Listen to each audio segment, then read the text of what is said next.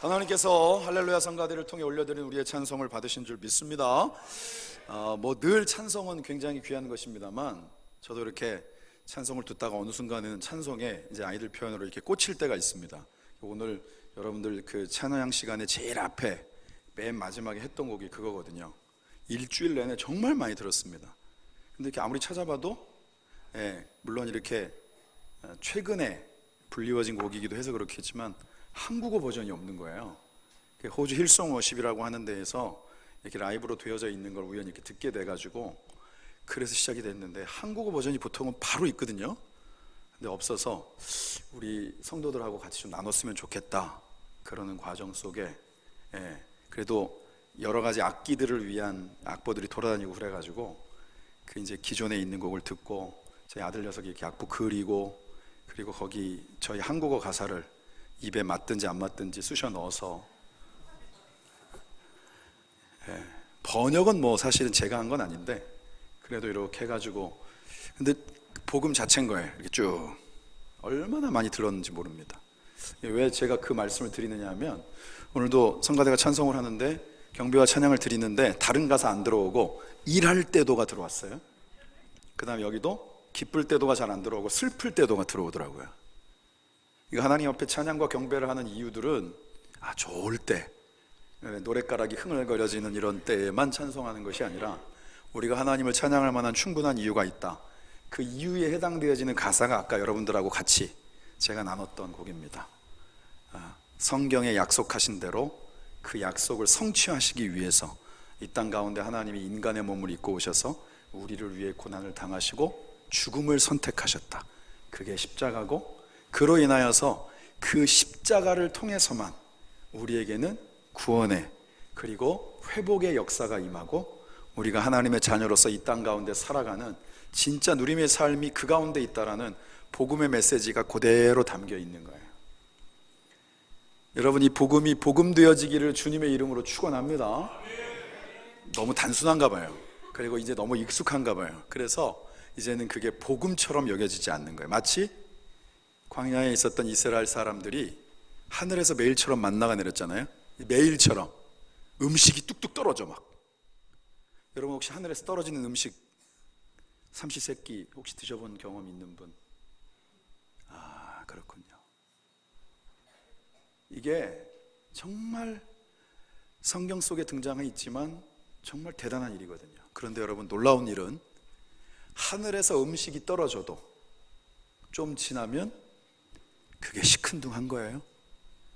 무슨 생각이 든다고요? 음식은 원래 하늘에서 떨어지나 보다. 이렇게 생각을 한다는 거예요. 너무 당연하게 여긴다라는 것입니다. 더 이상 감사의 조건이 되어지지 않는다는 거예요. 그래서 정말 어찌 보면 어떻게 이런 내용이 성경에 기록되어 있지라고 하는 것이 성경에 너무 자세히 기록되어 있어요. 고기 먹고 싶다. 우리 같죠, 그죠? 어떻게 삼시세끼 맨날 된장국에 밥에 김치만 먹어. 고기도 먹어야 되고 패밀리 레스토랑도 가야 되고 패스트푸드도 그 확실한 MSG와 입맛을 확 끌어당기는 소스로 인해서 먹지 않고는 견딜 수 없는 이런 게 필요하지 않겠느냐라고 우리도 살아가고 있지 않습니까? 그러니까 똑같은 것인데 같은 경험하면서 내가 무엇을 선택하느냐라고 하는 거예요.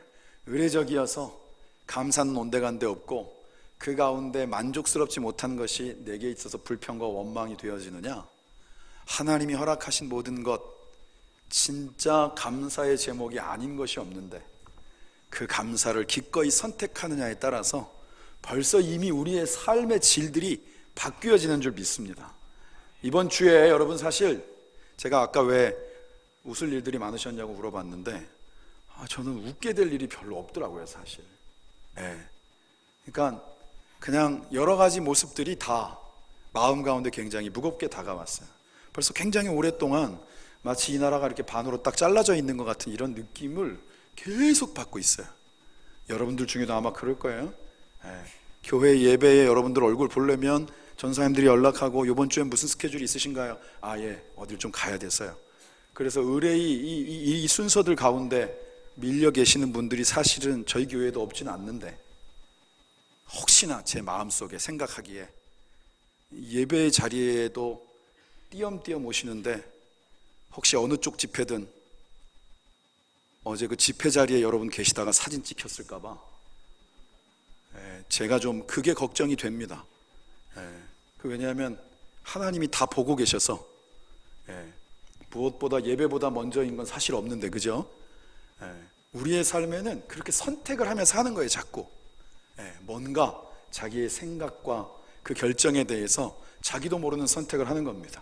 오늘 찬송도 여러분 입을 크게 벌려서 찬송을 하신 분도 있고, 찬송은 의뢰의 나의 예배의 순서 가운데는 의뢰의 쉬는 타임이라고 생각하는 분도 계시고, 여러분 이것도 사실은 선택입니다. 하나님이 우리 가운데 주시는 수없이 많은 선택 가운데 우리는 어떤 선택을 하고 있느냐. 이번 주간에 제가 사업장 신방을 한번 갔거든요. 갔더니 참 오랜 세월 많이 힘드셨어요. 그래도 그 어려운 시기 IMF를 포함해서 이렇게 쭉 거치면서 그래도 계속해서 기술에 이렇게 투자를 하고 그러는 과정 속에 진짜 하나님이 그 문을 여셔가지고 지금은 점점 수요가 늘어나고, 그리고 쉽게 말하면 관련되어서 이렇게 계약을 맺는 학교, 그 다음에 공공주택 이런 데가 굉장히 많아지는, 그러니까 저거 하시는 거거든요. RFID 이렇게 해가지고 이렇게 우리 음식물 쓰레기 같은 거 처리하고 최종적으로 가공하는 이런 기계 만드는 분인데, 그 얘기를 쭉 하시는데 결론이 중요해요. 결론이 항상 우리는 맨 마지막에 결론이 요즘 분위기가 좋기 때문에 그 얘기를 한다라고 생각하는데 결론이 중요해요. 하나님이 아니면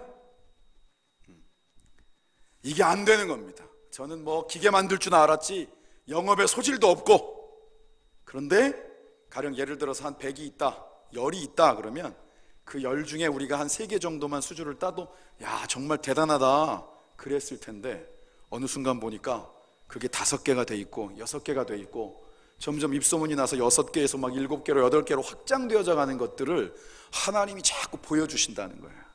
그런데 여러분 그 고백을 한다라는 게 너무 귀한 거예요. 여러분 보통 그런 일들이 이루어지고 나면 되면 내가 한 것 같잖아요. 왜냐하면 고생했으니까요.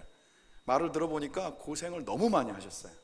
진짜로 주변에서 미쳤다는 소리도 참 많이 듣고 접을까도 생각도 많이 하고, 그런데 하나님이 그 과정 속에 이렇게 인도하셔서 지금 다 어렵다고 하지 않습니까? 정말 그러는 과정 속에 오히려 더 길을 내고 계시다라는 그 고백을 하게 하시더라 이거죠. 그 가운데 사업자로서의 선택은 뭐겠어요? 여기서 그냥 쉽게 말하면 바로 순이익을 낼 수 있는 무언가에 매달릴 것이냐, 아니면 장기적인 안목을 보고 기술 투자를 할 것이냐, 이런 것도 여러분 사실은 정말 깊은 고뇌가 필요한 부분들입니다. 그런데 더 중요한 것은 그 모든 것들에 있어서 하나님의 함께 하심의 역사를 믿느냐의 문제인 거예요. 여러분 우리는 흔히 어떤 상황 가운데서 그것을 하나님께 영광 돌리는 걸 굉장히 쉽다라고 생각하는데, 여러분 생각보다 그렇게 쉽지 않습니다. 의식해야 될 것도 많고, 내가 내 삶 속에서 그러한 선택을 했을 때 하나님이 그 가운데 개입하셨다라는 걸 확신한다라는 것도 생각보다는 그렇게 쉽지 않다라는 거예요. 주님의 이름으로 여러분들에게 축원하는 것은 여러분들의 삶 속에도 동일하게 역사하시는 하나님의 인도하심과 함께하심과, 그리고 하나님의 계획하심 속에 여러분들의 걸음걸음 가운데 임재하시는 그 주님의 역사를 여러분도 의심 없이 고백할 수 있기를 주님의 이름으로 축원합니다. 사실 오늘 우리가 읽은 말씀은요, 복음서 가운데 예수님께서 이제 누가복음에서는 앞에 예수님이 시험 당하시는 장면이 생각보다 짧게 나와요. 그리고 난 다음에 오늘 우리가 읽은 말씀 14절에 예수께서 성령의 능력으로, 예수님이 하나님이신데 왜 굳이 이런 말씀이 들어가 있을까요? 그러니까 인간의 몸을 입고 오신 예수님은 결코 혼자 막 뭐 하시지 않는다는 거예요. 하나님의 뜻, 보내신 아버지의 뜻을 받들려고 하고 내 안에서 성령이 역사하도록 하는, 그야말로 우리가 찬송한 것처럼 삼위일체 하나님으로서 그 삶 가운데 공생애의 사역을 감당하셨다라고 하는 것을 우리가 볼 수 있는 장면이에요. 늘 말씀드리지만 여러분, 우리하고 예수님하고 누가 기도를 많이 해야 됩니까? 이걸 물어보는데 제가 참 어리석군요. 근데 우리가 사실 신앙생활하는 거 보면 저희보다 예수님이 더 많이 기도하는 게 당연한 것처럼 살아가고 있는 거예요. 우리는 기도를 뭔가 시간으로 막 채워가는 어떤 양을 채우는 데 초점을 맞추고 있는 것은 아니지만, 정작 이 땅 가운데서 기도가 필요한 사람들은 우리인데 우리를 위하여서 기도의 본을 보여주시는 거예요. 그래서 틈만 나면 기도하시고, 새벽에 따로 기도하시고, 심지어는 사람들이 환호하고 그야말로 모든 초점이 예수님께 집중되어 있을 때 그 가운데서 빠져나오셔서 홀로 기도하시고, 어떤 때에 기도해야 되는지를 우리에게 정확하게 알려주시죠. 오늘도 그 성령의 능력으로 갈릴리, 제가 말씀드렸죠, 이 갈릴리는 예수님의 육신적인 아주 친근한 동네인 거죠. 부모님의 고향이기도 하고, 여기에서 공생의 대부분의 시간들이 여기에 할애가 됩니다. 사실 그 결과는 굉장히 미흡하지만 여기에서 정말 많은 기사와 이적들을 행하십니다. 오늘 읽은 말씀에도 그 소문이, 예수님의 역사하심을 통한 소문이 사방에 퍼지고, 그리고 여러 회당에서 가르치심에 사람들에게 칭송을 받으셨다. 그리고 그 다음에 보면 나사렛, 이것도 마찬가지입니다. 갈릴리 호수 주변에 있는 지역인 거죠. 그 나사렛에 있는 회당 가운데에서 이사야의 말씀, 다시 말하면 이미 이사야 선지자를 통해서 주신 약속의 말씀을 성취하기 위해 오신 분이 나다라고 하는 것을 보여주시는 거예요.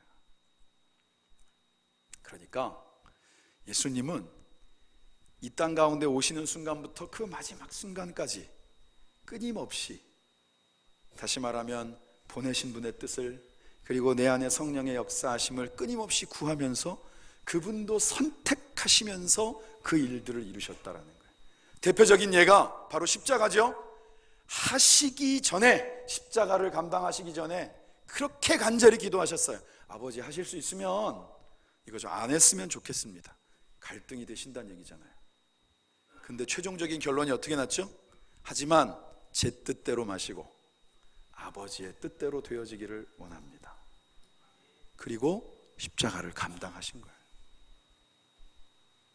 사실 예수님께서 이렇게 기사와 이적들을 많이 행하셨음에도 불구하고 사람들의 의견은 막 갈렸어요. 그때나 지금이나 원래 사람들의 마음은 하나로 모아지질 않아요, 여러분. 뭐라 그러느냐? 예수님이 누구냐 이거죠. 사실 누가 보아도 하나님이 아니면 하실 수 없는 일들을 행하는데도 자기들의 기준에서 예수님의 그 모습이 다 이해되어지지 않는 거예요. 그래서 끊임없이 물어봅니다. 예수님은 누구신가? 그래서 마태복음 8장 27절, 거기에 같이 읽어볼까요? 뭐라고 되어 있냐면, 그 사람들이 놀랍게 여겨 이르되 이가 어떤 사람이기에 바람과 바다도 순종하는가 하더라. 그러니까 실제로 풍랑을 잠잠케 하시는 일들을 경험하고 난 다음에 그건 누가 봐도 하나님이 아니면 하실 수 없는 일인데 그 장면을 보면서도 어떻게 이럴 수 있지라고 생각했다라는 거예요. 그런가 하면 당시의 세례 요한, 사람들 모두가 인정했던 선지자였던 세례 요한은 11장 2절과 3절에서 그가 예수님에 대하여서 이렇게 묻습니다. 한번 보겠습니다.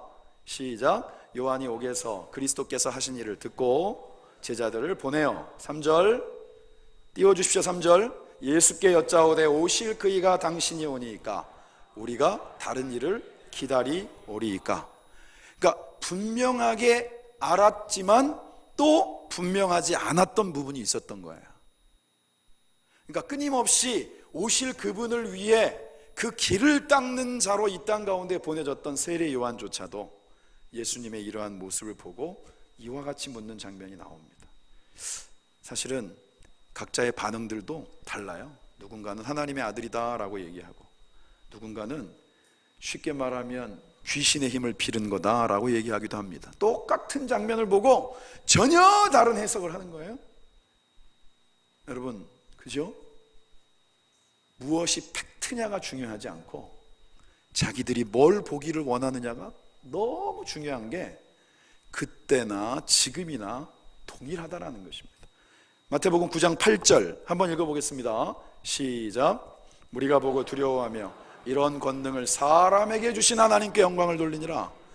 분명히 그 나타나심은 신의 영역인데 어떻게 사람에게 이런 일이 일어날 수 있는가, 이 정도로 생각하는 사람도 있고, 그런가 하면 9장 34절 한번 읽어보겠습니다. 9장 34절 시작. 바리새인들은 이르되 그가 귀신의 왕을 의지하여 귀신을 쫓아낸다 하더라. 이 말은 쉽게 표현하면 귀신들끼리 자중질환을 일으켜서 지들끼리 물고 뜯고 하는 장면이다라고 생각하는 사람들도 있더라. 근데 그 사람들이 말씀을 연구하는 사람들인 게 더 가슴이 아픈 거야. 그리고 14장 33절 같이 한번 읽어보겠습니다. 시작. 배에 있는 사람들이 예수께 전하며 이르되 진실로 하나님의 아들이로소이다 하더라. 이렇게 제대로 고백을 하는 사람들도 있더라 그러죠. 그러면 여러분들의 고백은 어떠합니까? 지금 여러분들에게 있어서 예수님은 내 가운데 내 믿음으로 고백되어지는 예수님은 어떤 분이냐 이거예요. 이게 제일 중요합니다. 제일 중요해요. 뭘 아는 것도 중요하지만 내 고백이 무엇이냐라고 하는 것이 중요한 거예요.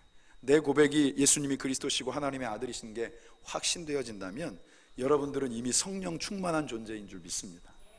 그러니까 하나님이 믿어지고 그리스도가 믿어진다 그러면 세상 가운데서 여러분들을 대적할 자가 없다라고 성경은 분명하게 말씀하고 있는 거예요. 이걸 우리는 한마디로 믿음의 문제다라고 얘기하는 겁니다. 근데 이제 오늘 중요한 화두죠. 우리가 뭔가 중요한 결정, 새롭게 뭔가를 결정함에 있어서 우리에게 필요한 것, 그게 뭔가? 우리 히브리서 11장 8절을 한번 읽어보겠습니다. 히브리서 11장 8절 시작. 믿음으로 아브라함은 부르심을 받았을 때에 순종하여 장래의 유업으로 받을 땅에 나아갈새 갈 바를 알지 못하고 나아갔어요. 여러분, 이 말씀에 보면 아브라함이 분명히 갈대아우로 자기에게 있어서 너무 친숙한 고향을 떠납니다. 그런데 분명히 하나님의 약속의 말씀을 듣고 창세기 12장에 떠나는 장면이 선명한데 히브리서에서 이 장면을 통틀어서 뭐라고 말씀하고 있느냐? 그는 믿음으로 떠났다. 하나님의 말씀을 받았다. 그런데 막상 떠나서 가는 과정 속에 오늘은 어디에서 묵을지, 다음에 행선지는 어디일지 이 갈 바에 대해서는 그도 알지 못했다라고 말씀하고 있어요. 그러니까 여러분, 창세기를 보다 보면 하나님은 분명히 애굽으로 가는 뜻을 말씀하신 적이 없는데도 먹을 게 없으니까 당연히 먹을 것 찾아서 자꾸 하나님이 원하시지 않는 지역을 가게 되는 겁니다. 우리가 자꾸 궁금해해요. 하나님은 나에게 어떠한 일들을 하기를 원하시는지. 그러니까 좀 솔직하게 얘기하면 미리 알고 싶은 거예요. 맞습니까? 좀 철이 가까운데 교회 말고도 다른 데 많이 드나드는 분이 없기를 바랍니다. 아까는 농담처럼 지나가면서 집회 얘기를 했지만 십자가 꺾어진데 막 이런데 요 시기에 굉장히 성숙이라고들 많이 얘기합니다. 20철을 앞두고. 전에도 제가 여기서 한번 얘기했지만 그 온누리교회 지금은 이제 목사님이 되셨는데 그 집사님 당시에 박앤옥 집사님이라고 우리 교회 한번 오셨었잖아요. 박수무당 출신. 요때쯤 되면 항상 교회 권사님들이 지나가면서 그렇게 밝게 인사하면서 박앤옥 집사님한테 물어보더래요. 우리 애가 이번에 시험 보는데 어떻게 될 것 같아요? 여러분, 이게 농담이 아닙니다. 그러니까 미리 알고 싶은 거예요. 사람의 마음속엔 그런 게 있습니다. 미리 알고 싶은 것. 그런데 하나님의 뜻을 구하는 자는 앞으로 일어날 일들을 다 알아서 그 길을 가는 것이 아니고 하나님이 우리의 걸음을 인도하심을 믿기에 가는 것입니다. 여러분, 요셉이 총리가 될 줄 알고 애굽으로 팔려간 게 아니야. 형들 날 팔아야 돼. 지금 이 타이밍이 팔 타이밍이야. 이래가지고 애굽을 간 게 아니에요. 거기에 같이 갇혔던 감옥에 있었던 죄수였다가 쉽게 말하면 사면 복권돼서 왕의 옆에 있었던 그 술 맡은 관원장에게 지금 나가서 바로 나를 빼내지 말고 2년 후에 빼내는 거야, 이렇게 얘기하지 않았어요. 그 또한 뭐예요? 갈 바를 알지 못했어요. 단 한 가지 뭘 믿었느냐? 하나님이 나의 삶을 지금까지도 인도하셨고 저와 여러분들을 향하여서는 예수님의 핏값으로 저와 여러분들을 사셨으니까 우리의 인생은 하나님이 붙잡고 계시다는 것, 그걸 믿기 때문에 그 걸음을 갈 수 있는 줄 믿습니다. 자꾸 미리 알려고 하다가 시험 들지 마시고 엉뚱한 데에 가 계시지 말고. 성경에도 보면 사울 왕이 사무엘이 죽고 난 다음에 너무 아쉬운 거예요. 있을 때는 너무 잔소리만 하고 하도 직언을 하니까. 여러분, 직언하는 사람 좋아하는 사람 별로 없습니다. 고든 소리 하는 사람 좋아하는 사람 별로 없어요. 이제 거기에 귀를 닫기 시작하면은 리더들이 망가지기 시작하는 거예요. 그런데 막상 없어지고 나니까 너무 허전해. 그래서 어떻게 해요? 거기에 성경에 보면 신접한 자를 찾아가요. 쉽게 말하면 무당 찾아가는 거예요. 그래가지고 뭐라 그러느냐? 사무엘의 영을 불러달라. 그랬더니 그럴듯하게 생긴 사무엘 닮은 애가 나와요. 여기서 질문, 이게 사무엘입니까? 귀신입니까? 이거를 사무엘이라고 하면 안 돼요, 여러분. 그러면 우리 길교회에서 이 오랫동안 신앙생활 하신 여러분들의 모습이 너무 부끄러워지는 거예요. 하나님은 절대로 그런 식으로 역사하지 않습니다, 여러분. 아니다 할까? 그로 인하여서 그 이후에 참전한 전쟁에서 결국 사울은 죽어요. 하나님이 원하시는 것은 미리 뭔가를 많이 알고 가는 거. 그래서 교회도 그렇고 모든 여러분 집회나 이런 데서 제일 주의해야 될 게 뭐냐면 자꾸 뭐가 보인다라고 하는 거예요. 여러분, 성경에는 이렇게 글자로 하나님의 뜻을 읽는데 다 써 있잖아요. 근데 굳이 이거는 안 보면서 왜 그렇게 다른 건 보고 싶어 하시는지 모르겠어요. 목사로서 이게 제일 안타까워요. 3년 동안 성경 한 권 전체를 강의했는데 막상 저희 교회는 다행히 시험 같은 게 없어서 성경고사를 한번 보면 우리 길교회 평균 성적이 얼마나 나올까 엄청 궁금해요, 사실. 그래서 궁금한 거예요. 혹시 여러분 이 시기에 자꾸 십자가 꺾여 있는데 이런 데서 요즘 여러분 스마트폰 있는 거 아시죠? 꺾여가지고 업데이트 되는 순간 여러분 지울 수 없습니다. 그 사진은 아예 발걸음을 그쪽으로는 돌리지도 마십시오. 우리가 무언가를 결정한다라고 하는 것에 있어서 꼭 물어봐야 될 것이 있어요. 정말 예수님이 나의 생각과 판단에 분명한 소망이며 비전이며 판단의 기준인가? 말씀이 나의 삶을 이끄는 나의 삶의 내 발의 등이요 나의 길의 빛이 되어지는가?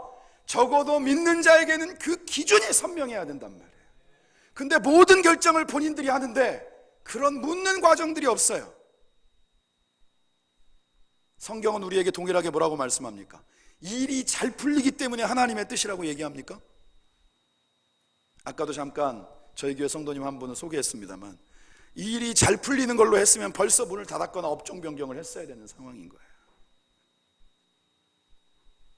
그런데 여전히 우리는 성경을 갖고 하나님의 기준들을 배우고 있음에도 불구하고 여전히 일이 잘 풀려지는 것이 하나님의 뜻이다라고 생각하는 성경의 기준과는 전혀 다른 것들을 맹신하고 있는 모습이 있다는 것입니다. 저와 여러분들 가운데 말씀을 통한 하나님의 뜻이 분별되어지는 은혜가 있기를 소망합니다. 나의 길 오직 그가 하시나니 나를 단련하신 후에 내가 정금같이 나오리라. 여러분, 단련을 싫어하는 것은 신앙이 아닙니다.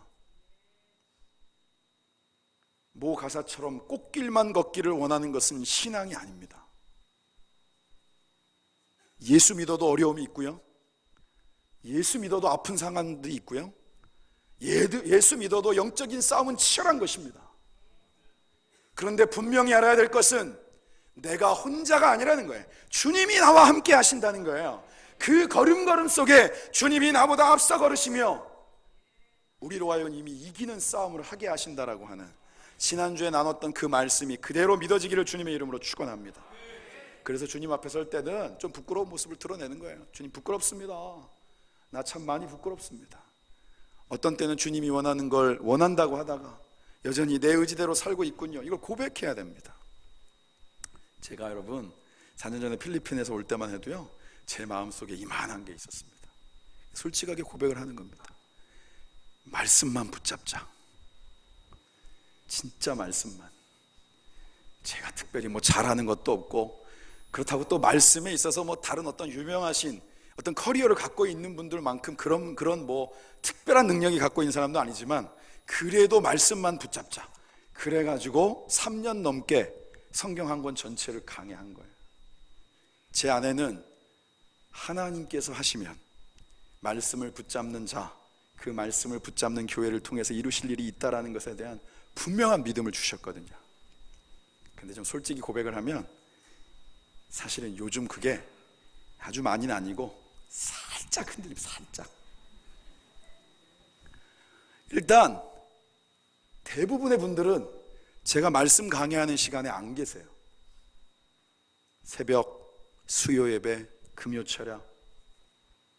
주일날도 사실은 여러분 기억하시는지 모르겠지만 제가 처음 왔을 때는 막 막무가내로 했죠. 막무가내.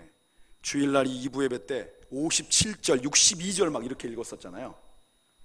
거봐 여러분 기억이 안 나시잖아요. 까맣게 그렇게 그냥 막무가내로 막. 그러다가 그래도 이 주일날 이 시간에 오시는 분들은 아무래도 처음 예배에 참여하시는 분들도 많고 그런 여러 가지 상황들을 고려해서 이제는 주제 설교를 하고 있습니다만, 제 마음속에 하나님이 이루어가기를 원하시는 꿈을 하나님의 방식으로 꾸기를 원해서 그래도 지금까지 한 4년 가까이를 달려오고 있는데, 아마 그래서 저한테 이제는 자꾸 인간적인 기대 말고 하나님이 그럼에도 불구하고 역사하고 계심을 믿게 하시기 위해서 잠깐 동안에 이 짬을 주시는 것 같아요. 저는 하나님이 길교회를 사랑하시는 것을 믿습니다. 제가 선교지에 있을 때 길교회가 정말 자랑스러웠습니다. 제 친구들이, 제가 이제 아무래도 연대에서 신학과를 졸업하다 보니까 진짜 모든 교단에 다 있어요. 예, 감리교, 성결교, 뭐 침례교, 장로교, 성공회 다 있어요. 다. 그런데 진짜 여러분 물어보십시오. 한 교회에서 매 예배 때마다 선교지와 선교사를 위해 기도하고 그분들이 다른 데 가서 선교비 때문에 막 뭔가 프레젠테이션을 열심히 준비하고 그 선교비 모으는 일들로 급급하지 않도록 최선을 다해서 밑바닥까지 박박 긁어가지고 선교하는 교회, 한국에 정말 거의 없습니다. 큰 교회 예외 없이. 직접 알아보셔도 됩니다. 여러분도 네트워크 있잖아요. 많이 선교하는 교회는 있습니다. 30개 교회, 50개 교회. 자부심이 있어요, 진짜. 그렇기 때문에 길교회가 하나님의 뜻 가운데서 하나님의 방식으로 가장 아름답게 부흥해야 될 줄 믿습니다. 주님 오실 때까지 그 선교의 사명을 정말 감격스럽게 귀하게 감당해낼 수 있는 하나님의 부으심의 역사가 여러분들의 각자의 삶에도, 그리고 길교회 가운데에도 하나님이 이미 준비해 놓으신 줄을 믿습니다. 하나님의 일을 하셔야 되니까요. 그렇기 때문에 여러분, 오늘 이 예배가, 저는 그런 생각을 했거든요. 누구에게나 처음 예수님과의 만남의 순간과 그 시간들에 대한 기억이 있지만, 오늘이 주님과의 첫 출발인 것처럼, 마치 누군가와 연애할 때 손을 잡을까 말까 고민하면서 손끝이 닿을락 말락하는 그 긴장감 같은 그러한 초심이 저와 여러분들 가운데 다시 회복되어지기를, 저도 기도하고 여러분도 기도할 수 있기를 주님의 이름으로 축원합니다. 왜냐? 우리의 신앙은 뭐라고 해도 예수님과의 관계예요. 천하 없는 것을 갖다 대도 예수님과의 관계에 있어서 내가 그 친밀함을 지금 분명하게 확신하고 있는 사람이 바로 주님과 함께 동행하는 인생인 줄 믿습니다. 참 행복의 길은 바로 예수님 자체이기 때문입니다. 오늘 저와 여러분들이 하나님 앞에 드리는 예배가 마치 구약 성경의 출애굽기 날 레위기에 나와 있는 것처럼 지금까지의 내 생각과 내 기준이 정말 하나님 앞에 나를 대신하여 뭔가 죽어가는 짐승처럼 온전히 다 죽어지고, 하나님이 정말 원하시는 것 가운데 나의 삶을 드림으로 주님 무엇을 말씀하셔도 그대로 따를 수 있는 준비가 내게 되어 있게 하옵소서. 그러한 온전한 헌신의 예배가, 그 출발이 바로 오늘일 수 있기를 주님의 이름으로 축원합니다. 그래서 모든 결정은 다 하나님 앞에서 하는 겁니다. 우리의 길은 주님만이 아시기 때문이에요. 그럴 때 그 걸음이 힘이 있고 한 치 앞을 알 수 없지만 주님이 나를 붙잡고 계심을 믿기에 그 걸음 가운데 담대할 수 있는 줄 믿습니다. 내일부터 이루어지는 여러분들의 삶의 현장에서의 삶의 예배가 그 주님으로 말미암아 어깨 딱 펴고 당당한 삶이 되어지시기를 주님의 이름으로 축원합니다. 기도하겠습니다. 하나님 감사합니다.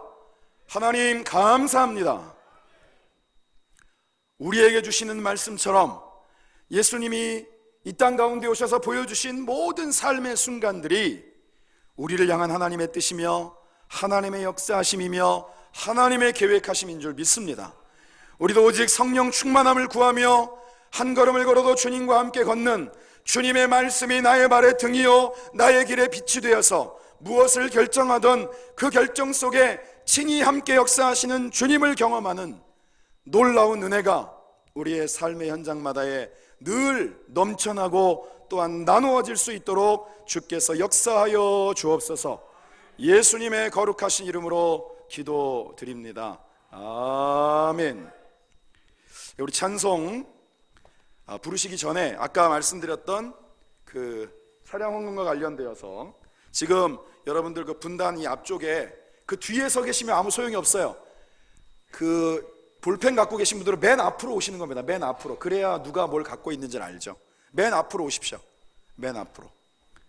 여기 있는 분들한테 손을 들어주시면 그 볼펜을 여러분들한테 드릴 겁니다. 그래가지고 지금 이 시간에 거기에 해당되어지는 것이 무엇이건 여러분들의 마음에 감동이 있는 대로 제1번부터 맨 마지막 기타 문항까지 여러분들의 감동이 있는 대로 같이 기록을 하시고 헌금과 더불어 같이 내시면 될 것 같아요. 우리 잠깐 기도하겠습니다.